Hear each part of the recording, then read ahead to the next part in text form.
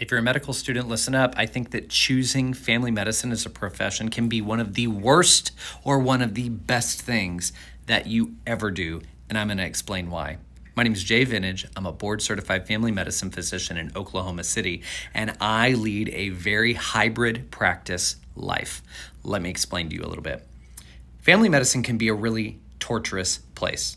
Whether you end up working in a hospital or you end up working in a clinic, if it is owned by somebody else and you are not a master of your time and you are not a master of your patients and you are not somebody that's doing the hiring, the firing, the raises, the demotions, whatever the case, your hands are really tight in your practice and it's going to get really old really soon. I will never work in that situation.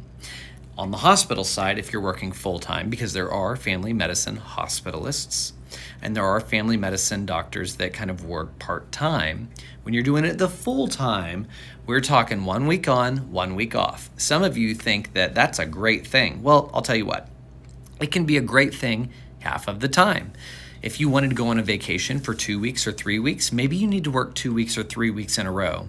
And after you do that a couple times, you very soon realize that that is not worth it. So what I ended up doing with my wife is we opened up our own direct primary care clinic.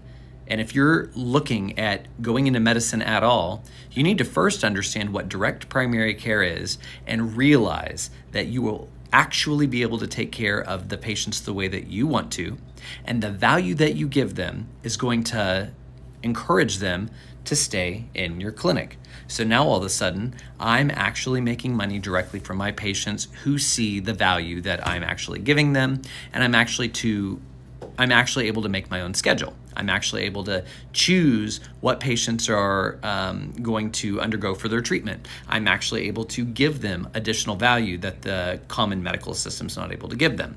So I do that for 3 weeks. I work in the hospital for 1 week, and I'm still managing my patients. Where's the work-life balance? Well, the work-life balance comes when I'm tired and I see here in about 3 weeks from now, I don't have a lot of patients on the schedule. I will block that schedule off and I will leave town. I'll let my patients know ahead of time.